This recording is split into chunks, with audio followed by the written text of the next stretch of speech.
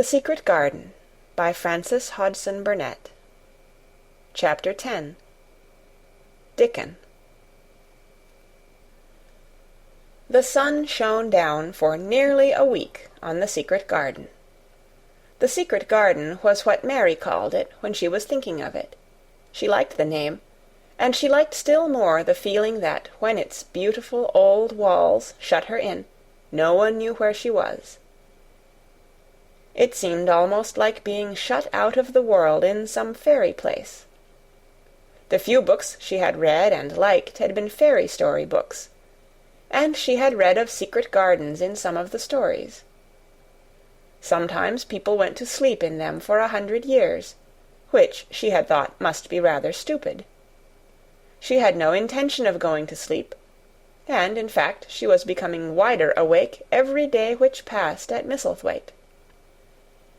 She was beginning to like to be out of doors. She no longer hated the wind, but enjoyed it. She could run faster and longer, and she could skip up to 100. The bulbs in the secret garden must have been much astonished. Such nice, clear places were made round them, that they had all the breathing space they wanted, and really, if Mistress Mary had known it, they began to cheer up under the dark earth and work tremendously. The sun could get at them and warm them, and when the rain came down it could reach them at once, so they began to feel very much alive. Mary was an odd, determined little person, and now she had something interesting to be determined about, she was very much absorbed indeed. She worked and dug and pulled up weeds steadily, only becoming more pleased with her work every hour instead of tiring of it. It seemed to her like a fascinating sort of play. She found many more of the sprouting pale green points than she had ever hoped to find. They seemed to be starting up everywhere, and each day she was sure she found tiny new ones, some so tiny that they barely peeped above the earth. There were so many that she remembered what Martha had said about the snowdrops by the thousands, and about bulbs spreading and making new ones. These had been left to themselves for 10 years, and perhaps they had spread, like the snowdrops, into thousands. She wondered how long it would be before they showed that they were flowers. Sometimes she stopped digging to look at the garden and try to imagine what it would be like when it was covered with thousands of lovely things in bloom. During that week of sunshine she became more intimate with Ben Weatherstaff. She surprised him several times by seeming to start up beside him as if she sprang out of the earth. The truth was that she was afraid that he would pick up his tools and go away if he saw her coming, so she always walked toward him as silently as possible. But, in fact, he did not object to her as strongly as he had at first. Perhaps he was secretly rather flattered by her evident desire for his elderly company. Then, also, she was more civil than she had been. He did not know that when she first saw him she spoke to him as she would have spoken to a native, and had not known that a cross, sturdy old Yorkshire man was not accustomed to salaam to his masters, and be merely commanded by them to do things. "Thou art like the robin," he said to her one morning when he lifted his head and saw her standing by him. "I never knows when I shall see thee, or which side thou come from." "He's friends with me now," said Mary. "That's like him," snapped Ben Weatherstaff. "Making up to the women folk just for vanity and flightiness. There's nothing he wouldn't do for the sake o' showing off and flirting his tail feathers. He's as full o' pride as an egg's full o' meat." He very seldom talked much, and sometimes did not even answer Mary's questions except by a grunt, but this morning he said more than usual. He stood up and rested one hobnailed boot on the top of his spade, while he looked her over. "How long has thou been here?" he jerked out. "I think it's about a month," she answered. "Thou's beginning to do Misselthwaite credit," he said. "Tha's a bit fatter than tha was, and tha's not quite so yeller. Tha looked like a young plucked crow when tha first came into this garden. Thinks I to myself, I never set eyes on an uglier, sourer-faced young un." Mary was not vain, and as she had never thought much of her looks, she was not greatly disturbed. "I know I'm fatter," she said. "My stockings are getting tighter. They used to make wrinkles. There's the robin, Ben Weatherstaff." There, indeed, was the robin, and she thought he looked nicer than ever. His red waistcoat was as glossy as satin, and he flirted his wings and tail and tilted his head and hopped about with all sorts of lively graces. He seemed determined to make Ben Weatherstaff admire him, but Ben was sarcastic. "Aye, there thou art," he said. "Thou can put up with me for a bit sometimes when tha's got no one better. Thou's been reddening up thy waistcoat and polishing thy feathers this 2 weeks. I know what thou's up to. Thou's courting some bold young madam somewhere, telling thy lies to her about being the finest cock robin on Missel Moor, and ready to fight all the rest of 'em." "Oh, look at him!" exclaimed Mary. The robin was evidently in a fascinating, bold mood. He hopped closer and closer, and looked at Ben Weatherstaff more and more engagingly. He flew on to the nearest currant bush, and tilted his head, and sang a little song right at him. "Thou think'st thou'll get over me by doing that," said Ben, wrinkling his face up in such a way that Mary felt sure he was trying not to look pleased. "Thou think'st no one can stand out against thee, that's what thou think'st." The robin spread his wings. Mary could scarcely believe her eyes. He flew right up to the handle of Ben Weatherstaff's spade, and alighted on the top of it. Then the old man's face wrinkled itself slowly into a new expression. He stood still, as if he were afraid to breathe, as if he would not have stirred for the world, lest his robin should start away. He spoke quite in a whisper. "Well, I'm danged," he said, as softly as if he were saying something quite different. "Thou does know how to get at a chap, thou does. Thou's fair unearthly, thou's so knowin'." And he stood without stirring, almost without drawing his breath, until the robin gave another flirt to his wings and flew away. Then he stood looking at the handle of the spade as if there might be magic in it, and then he began to dig again, and said nothing for several minutes. But because he kept breaking into a slow grin now and then, Mary was not afraid to talk to him. "Have you a garden of your own?" she asked. "No, I'm bachelor and lodge with Martin at the gate." "If you had one," said Mary, "what would you plant?" "Cabbages and taters and onions." "But if you wanted to make a flower garden," persisted Mary, "what would you plant?" "Bulbs and sweet-smelling things, but mostly roses." Mary's face lighted up. "Do you like roses?" she said. Ben Weatherstaff rooted up a weed and threw it aside before he answered. "Well, yes, I do. I was learned that by a young lady I was gardener to. She had a lot in a place she was fond of, and she loved 'em like they was children, or robins. I've seen her bend over and kiss 'em." He dragged out another weed and scowled at it. "That were as much as 10 year ago." "Where is she now?" asked Mary, much interested. "Heaven," he answered, and drove his spade deep into the soil. "'Cording to what parson says." "What happened to the roses?" Mary asked again, more interested than ever. "They was left to themselves."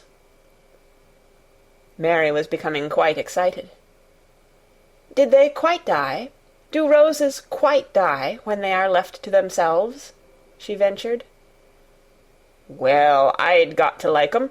and I liked her, and she liked 'em," Ben Weatherstaff admitted reluctantly.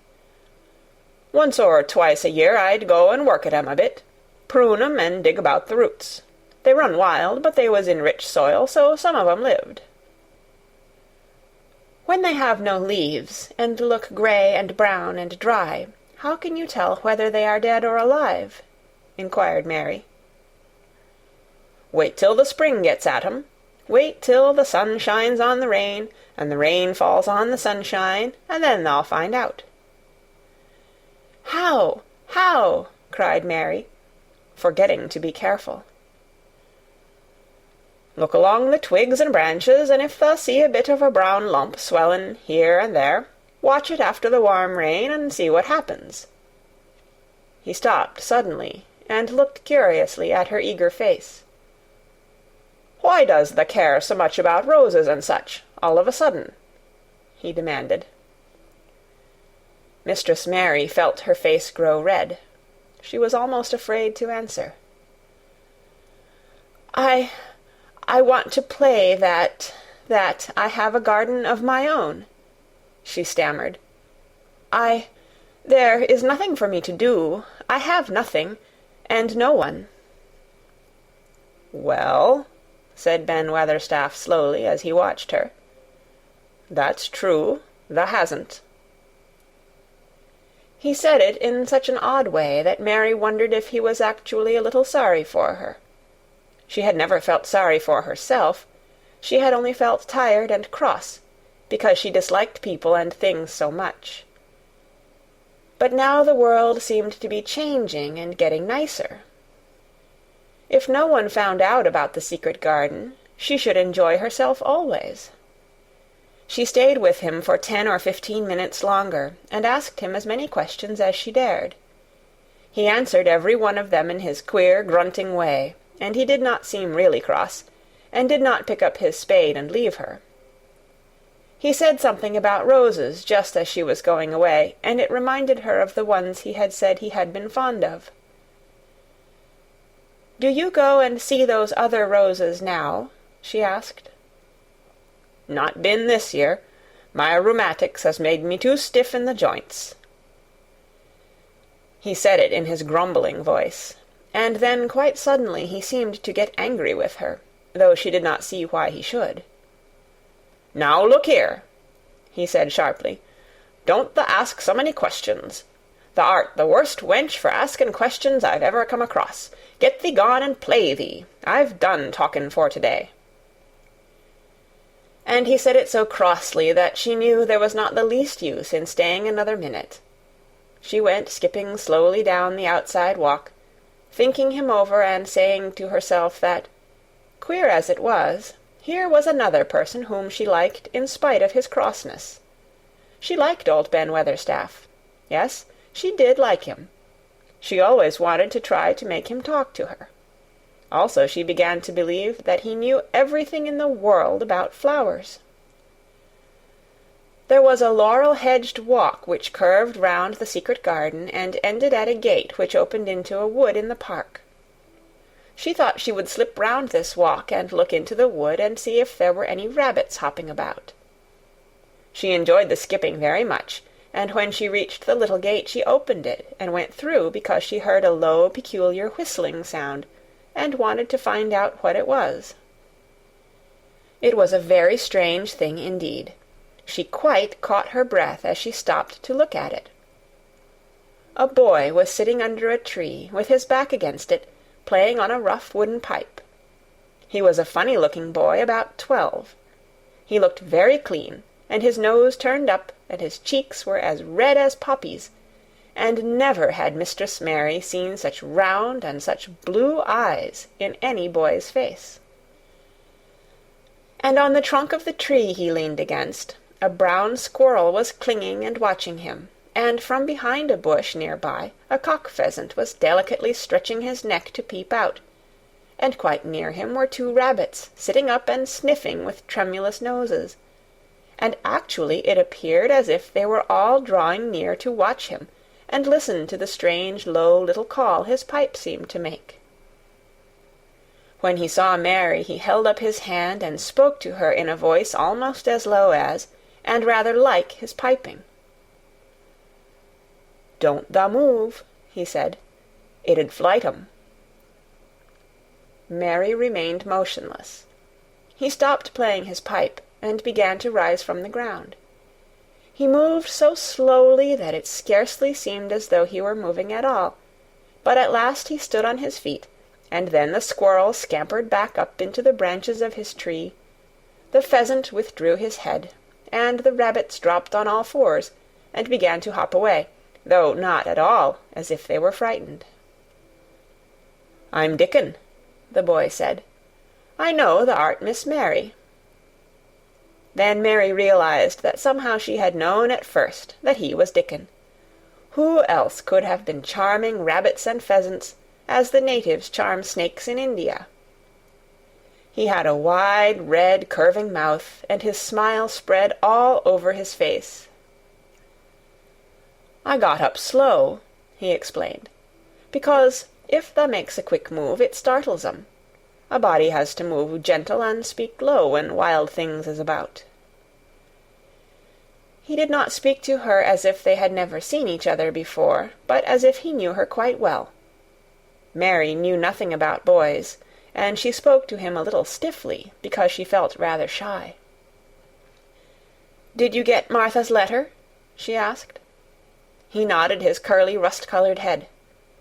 "That's why I come." He stooped to pick up something which had been lying on the ground beside him when he piped. "I've got the garden tools. There's a little spade, and rake, and a fork and hoe. Eh, they are good uns.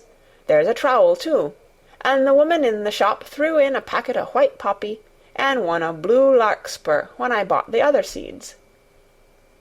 "Will you show the seeds to me?" Mary said.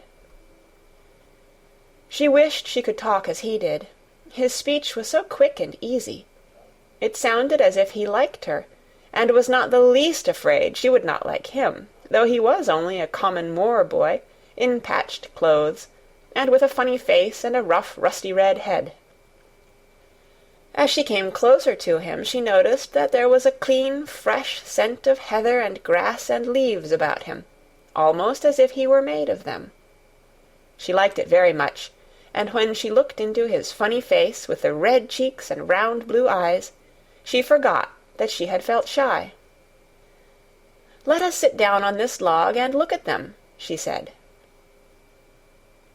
They sat down, and he took a clumsy little brown paper package out of his coat pocket. He untied the string, and inside there were ever so many neater and smaller packages, with a picture of a flower on each one. "There's a lot of mignonette and poppies," he said. "Mignonette's the sweetest smellin' thing as grows, and it'll grow wherever you cast it, same as poppies will. Them as'll come up and bloom if you just whistle to 'em, them's the nicest of all."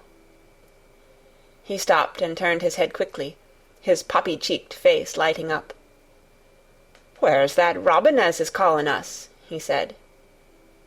The chirp came from a thick holly bush, bright with scarlet berries, and Mary thought she knew whose it was.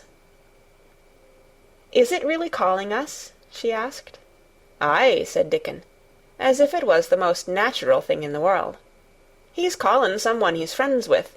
That's same as sayin', 'Here I am. Look at me. I wants a bit of a chat.' There he is in the bush. Whose is he?" "He's Ben Weatherstaff's, but I think he knows me a little," answered Mary. "Aye, he knows thee," said Dickon in his low voice again. "An' he likes thee. He's took thee on. He'll tell me all about thee in a minute." He moved quite close to the bush with the slow movement Mary had noticed before, and then he made a sound almost like the robin's own twitter. The robin listened a few seconds intently, and then answered quite as if he were replying to a question. "Aye, he's a friend o' yours," chuckled Dickon. "Do you think he is?" cried Mary eagerly. She did so want to know. "Do you think he really likes me?" "He wouldn't come near thee if he didn't," answered Dickon. "Birds is rare choosers, and a robin can flout a body worse than a man. See, he's making up to thee now. Cannot thou see a chap? He's saying." And it really seemed as if it must be true. He so sidled and twittered and tilted as he hopped on his bush. "Do you understand everything birds say?" said Mary. Dickon's grin spread until he seemed all wide, red, curving mouth, and he rubbed his rough head. "I think I do, and they think I do," he said. "I've lived on the moor with 'em so long. I've watched 'em break shell, and come out, and fledge, and learn to fly, and begin to sing, till I think I'm one of 'em. Sometimes I think p'raps I'm a bird, or a fox, or a rabbit, or a squirrel, or even a beetle, and I don't know it." He laughed and came back to the log and began to talk about the flower seeds again.